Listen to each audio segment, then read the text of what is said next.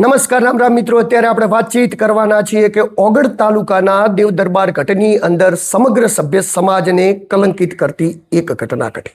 ઘટના એવી છે કે મિત્રો, જે જગ્યાએ આપણે દેવી તુલ્ય માનતા હોઈએ, જે જગ્યાએ આપણે શ્રદ્ધાથી જોડાયેલા હોઈએ, જે જગ્યાએ આપણે આસ્થાથી જોડાયેલા હોઈએ, એ જગ્યાએ આવી ઘટના ઘટે એ બિલકુલ અયોગ્ય વાત છે. તેમ છતાં આ ઘટના ઘટી એના આટલા દિવસો થયા બાદ પણ હજુ સુધી પોલીસ ફરિયાદ કેમ નથી લેવામાં આવી, આ પણ એક પ્રશ્ન છે. ત્યારબાદ આ સમગ્ર ઘટનાની અંદર કેવા કેવા ષડયંત્રો છે, કઈ પ્રકારે આ ઘટના ઘટીને આ ઘટનાની શરૂઆત ક્યાંથી થઈ, સમગ્ર માહિતી હું આપના સુધી પહોંચાડવાનો છું. એટલે આ વિડીયોની અંદર નવા આવ્યા હો તો મારી ચેનલને લાઈક, સબસ્ક્રાઈબ, ફોલો કરી દેજો, જેથી હું આપના માટે આવા અનોખા વિડીયો બનાવતો. નમસ્કાર મિત્રો, હું છું દિલુ ચૌધરી ને આપણે વાતચીત કરવાના છીએ ખૂબ જ ઊંડાણપૂર્વક વાતચીત કરીએ તો તમે પહેલાં જોઈ લો કે મારી સ્ક્રીન ઉપર એક વિડીયો શેર થઈ રહ્યો છે, જેની અંદર અજમલ કાકા જે સમી તાલુકાના દાદર ગામના છે, એમને અમુક શખ્સો દ્વારા મારવામાં આવી રહ્યો છે અને એવું સ્પષ્ટ રૂપે કહેવામાં આવી રહ્યું છે કે બાપુ સામે તું બોલ્યો તો તને આમ કરવામાં આવશે ને તેમ કરવામાં આવશે. જ્યારે વાતચીત સમગ્ર જગ્યાએ ફેલાઈ ત્યારે બાપુ એટલે ઘણા બધા ક્ષત્રિય સમાજ, દરબાર સમાજ તરફ જતા હતા, પરંતુ બાપુ એટલે દેવ દરબાર ગઢના મહંત, એમના ઉપર આક્ષેપો થતા હોય એ પ્રકારનો આ વિડીયો છે. આ સમગ્ર ઘટનાની હકીકત શું હતી એ આપણે જાણી, જોઈ, વિચારી અને હવે વિડીયો બનાવી રહ્યા છીએ. ઘણા બધા લોકો કહેતા હતા કે વિડીયો બનાવો, પરંતુ ઉતાવળું પગલું મિત્રો ક્યારેક ભરવું આપણા ઉપર ભારે પડી જાય છે. એટલા માટે કોઈ પણ વસ્તુની સ્પષ્ટ અને સચોટ માહિતી લાવ્યા પછી જ વિડીયો બનાવવો એ યોગ્ય છે.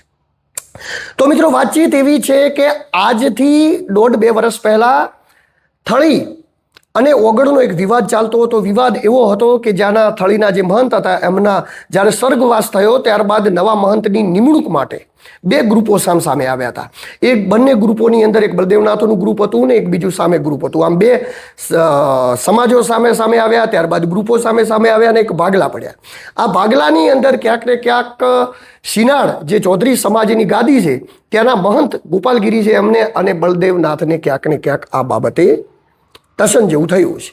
ત્યારબાદ એ મેટર ચાલી. એના પછી સુબાપુરા એક પ્રસંગ રાખવામાં આવ્યો હતો અને સુબાપુરા જે પ્રસંગ હતો એ પ્રસંગની અંદર ગોપાલગીરી અને બળવંતગીરી બંને મહારાજને કંઈક બોલાચાલી થઈ. બંનેને બોલાચાલી થઈ અને ત્યારબાદ શિનાળ ગામે ચૌધરી સમાજના આગેવાનો અને બીજા ઘણા બધા લોકો ભેળા થયા હતા અને ત્યાં એક વાતચીત થઈ કે ભાઈ અલગ અલગ કે આ જે થયું એ મામલે શું કરવું. તો એ મામલે વાતચીત થઈને એમાં જે અજમલ કાકા છે એમને ઊભા થઈને જે નિવેદન આપ્યું હતું એ પણ તમે સાંભળી લો.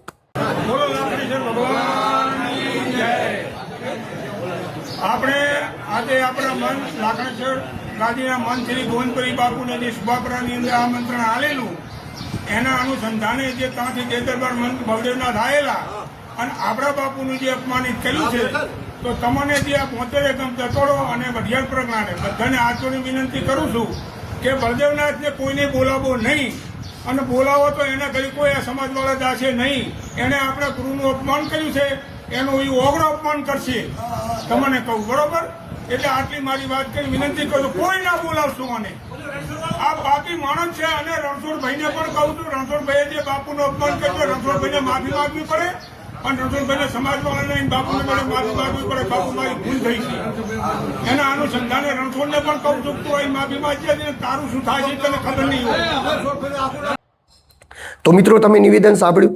આ નિવેદન એમને ઘણા 1-1.5 વર્ષ પહેલા આપ્યું હતું, પરંતુ આ સંપૂર્ણ વાતની અદાવત રાખી અને અજમલ કાકા જ્યારે થરા પહોંચે છે, એટલે કે એમને બિયારણ લેવાનું હોય છે ત્યારે થરા પહોંચે છે. થરા એવો આવે છે, થરા જ્યારે પૂગની આજુબાજુ હોય છે ત્યારે 10થી 15 એવા તત્વો કે જે તત્વો ત્યાં આવી અને અજમલ કાકાને ગાડીની અંદર બેસાડી એમની ગાડીને બીજી એક ગાડી લઈ અને દેવ દરબાર ગઢ આવે છે.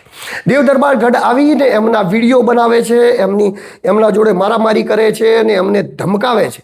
એવા જ સમયગાળાની અંદર એ જગ્યા ઉપર ત્યાંના કોઈક લોકો વિડીયો બનાવે છે અને આ વિડીયો સોશિયલ મીડિયા ઉપર કેવી રીતે વાયરલ થયો પણ વાતચીત કરીશું. પરંતુ ત્યાં વિડીયો બનાવે છે અને એ વિડીયો બનાવી અને એટલામાં અજમલ કાકાના દીકરાનો એમના ઉપર ફોન આવે છે. કહે છે કે બેટા તું આ મામલે પોલીસને જાણ કરે. એટલે 112ની અંદર જાણ કરવામાં આવે છે. પછી પોલીસ ત્યાં આવે છે અને પોલીસ ત્યાં આવી અને પોલીસ પણ પાછો વિડીયો બનાવે છે અને વિડીયો બનાવીને એવું કહે છે કે અહીંયા તમે તમારી મરજીથી આવ્યા હતા, તમને કોઈ લાવવામાં નહોતા આવ્યા.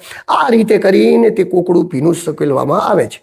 ત્યારબાદ 1-2 દિવસ સુધી આ ઘટનાની અંદર નાની મોટી વાતચીતો થાય છે કે ભાઈ ફરિયાદ દાખલ કરવા માટે થરા પોલીસ સ્ટેશન પહોંચે છે. જો કે પોલીસ એવું કહી રહી છે કે અમારી જોડે કોઈ આવ્યું નથી, પરંતુ અજમલ કાકાને જ્યારે પૂછ્યું ત્યારે એમને કહ્યું કે અમે પોલીસ સ્ટેશન જઈને કહ્યું હતું, પણ એમને અરજી લીધી અને કે તપાસની આધારે અમે તપાસ કરીશું. પછી અમે ફોન કર્યા તો કે તપાસ ચાલુ છે, પરંતુ ફરિયાદ લેવામાં આવી નહીં.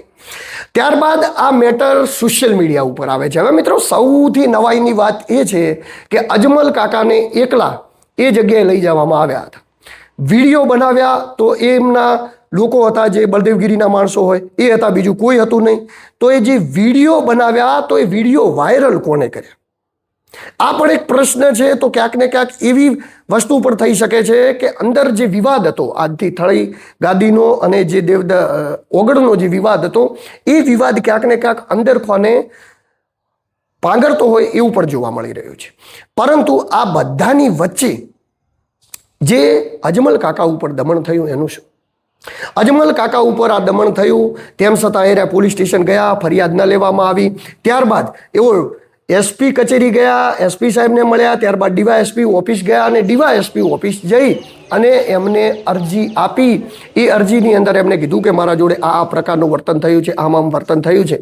તો જ્યારે ડીવાયએસપી કચેરીએ ગયા ત્યારે ડીવાયએસપી કચેરીએ ગયા બાદ એવું કહેવામાં આવ્યું કે પોલીસ ફરિયાદ તો એ થરા પોલીસ સ્ટેશનની અંદર લેવામાં આવશે. જ્યારે થરા પોલીસ સ્ટેશન ગયા હતા ત્યારે તો એમની ફરિયાદ લેવામાં ન આવી હતી. ત્યારબાદ એવો હોસ્પિટલની અંદર એડમિટ થયા. તો શું આ મામલે પોલીસની જવાબદારી નથી બનતી કે હોસ્પિટલની અંદર જઈ અને એમની ફરિયાદ લઈ શકે? એ હોસ્પિટલમાં હોય તો એ જગ્યાએ જઈને એમની ફરિયાદ લઈ શકે. પરંતુ ફરિયાદ લેવામાં આજે 6 દિવસનો વિલંબ થઈ ગયો છે, તેમ છતાં ફરિયાદ કેમ નથી લેવામાં આવતી? ઘણા બધા પ્રશ્નો ઉઠ્યા છે. પ્રશ્નો એટલા માટે ઉઠ્યા છે કે જ્યારે કોઈ પણ ઘટના ઘટે છે અને જાહેરમાં એના વિડીયો આવી જાય છે ત્યારે તાત્કાલિક જ એના ઉપર એક્શન થઈ જતી હોય છે. પરંતુ આ તો વિડીયો આવ્યાને પણ 4 દિવસ થયા, પરંતુ તેમ છતાં પણ આ મામલે કંઈ પણ એક્શન લેવરાતી નથી, જે સૌથી શંકાના દાયરામાં છે. હવે વાત રહી મિત્રો જ્ઞાતિગ્રત, તો આમાં કોઈ પણ જાતિ જ્ઞાતિને કોઈને કંઈ લેવા દેવા નથી. જ્યારે આવો હિચકારો હુમલો કોઈ પણ જાતિના વડીલ કે બુઝુર્ગ ઉપર થાય ત્યારે સમગ્ર સભ્ય સમાજ એ કલંકિત થયો એ પ્રકારનું કહેવાતું હોય છે. અને ઓગળનો જે ઇતિહાસ છે, જે ઓગળ જે ધરાનો જે ઇતિહાસ છે ને જે ઓગળનો જે ઇતિહાસ છે ને આજે એ જગ્યાએ આવી ઘટના ઘટી છે તો એ સંપૂર્ણ આપણા માટે પણ નામોશી છે, સંપૂર્ણ આપણા ધર્મ છે એના માટે પણ નામોશી છે. એટલે આવી જે ઘટના ઘટી છે ને આ ઘટનાની અંદર જે પણ લોકોનો સંદિગ્ધ રોલ હતો એવા લોકો ઉપર કડકમાં કડક કાર્યવાહી તાત્કાલિક કરવી જોઈએ. એસપી સાહેબને પણ વિનંતી કરું છું, ડીજી સાહેબને પણ વિનંતી કરું છું, આઈજી સરને પણ વિનંતી કરું છું કે આ મામલે તાત્કાલિક પોલીસ એક્શનમાં આવીને આ જે લોકોએ આંખમાં કર્યું છે અને આમાં જેનો રોલ છે એ તમામ ઉપર કડકમાં કડક કાર્યવાહી થવી જોઈએ. અને બીજું મિત્રો કે કોઈ પણ જ્યારે ઘટના ઘટે છે ત્યારે જે ઘટના ઘટે છે ગુનાહિત માનસિકતા ધરાવતા લોકો દ્વારા ઘટે છે. એમાં કોઈ પણ સમાજ, કોઈ પણ વિષય, કોઈ પણ ધર્મ ક્યારેય હોતો નથી. એટલે કોઈ પણ વ્યક્તિઓએ જો પણ વિડીયો જોતા હોય, નિહાળતા હોય, કોઈ સમાજ, કોઈ વર્ગ વિગ્રહ કે કોઈ પણ એ પ્રકારની ઘટના ફેલાય એવી કોમેન્ટો બિલકુલ કરવી નહીં. કારણ કે એનાથી તમે આજે કોમેન્ટો કરી નાખો છો અને એનાથી ખોટા વર્ગ વિગ્રહ ફેલાય છે અને જે દિશાની અંદર જેનું પરિણામ આવવાનું હોય એની દિશાઓ બદલાઈ જાય છે. એટલે મિત્રો આ વસ્તુનો ખાસ તમારે બધાને ધ્યાન રાખવું. આ સમગ્ર ઘટનાની અંદર અજમલભાઈને ત્યાં લગભગ મને સમાચાર મળ્યા કે રાત્રે પોલીસ એ જગ્યાએ પહોંચી પણ હતી ને એમની અરજી પણ લીધી છે. હવે ફરિયાદ દાખલ ક્યારે થાય છે, શું થાય છે એ જોવાનું રહ્યું. પરંતુ આ મામલે તાત્કાલિક અને કડકમાં કડક કાર્યવાહી કરવામાં આવે અને તાત્કાલિક આ મામલે ફરિયાદ દાખલ કરવામાં આવે એવી વિનંતી સાથે નમસ્કાર, રામ રામ. હું છું દિલુ ચૌધરી ને મિત્રો તમને મારા વિડીયો ગમતા હોય તો મારી ચેનલને સાથે જોડાયેલો જ રહેજો, જેથી હું તમારા માટે આવા અવનવા વિડીયો હર હંમેશા બનાવતો રહીશ. નમસ્કાર.